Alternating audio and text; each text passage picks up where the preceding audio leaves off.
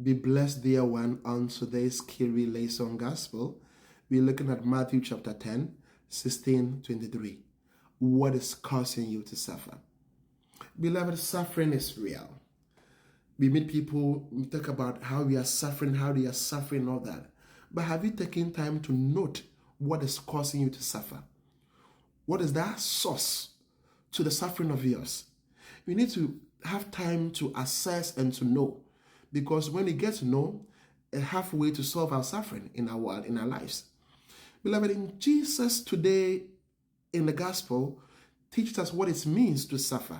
He says, when we are hated, persecuted on the account of his name. So a Christian suffering must be on the account of Jesus' name. But the question is, are we suffering because of Jesus? Beloved, no. And what does it mean to suffer on the account of his name? It's when we try to live the truth of the gospel.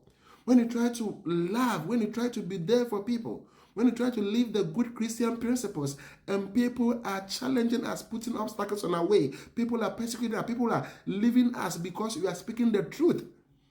Then that is what it means to suffer for him. And that's why he says, those who endure will go through this persecution and hatred. At the end, he will save them. So suffering on the account of his name.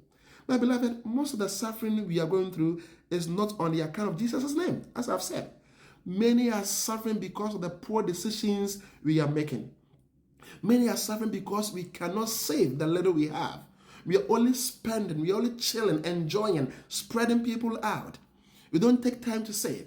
Even when we come to see sowing, we are giving the best of all to tell people that we are there. But beloved, we don't plan on our lives and then we begin to suffer. You see, I want to let you understand something. The mustard seed was not given out. It was planted, then it grew and then gave branches for birds and people to enjoy in its shade. So we must first and foremost plan on that. You see, some of us are suffering because of anger. Some of us are suffering because of envy.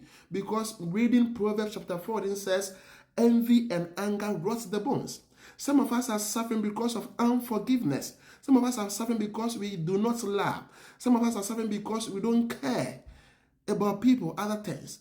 Some of us are suffering because we don't even take our own life, our own physical body into account by taking good care of it. And that's why we are suffering.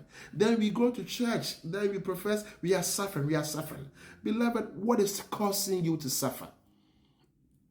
You need to have time to look at it. Because if it's not on the account of Jesus, beloved, you must work on it. Because when you suffer on Jesus' account,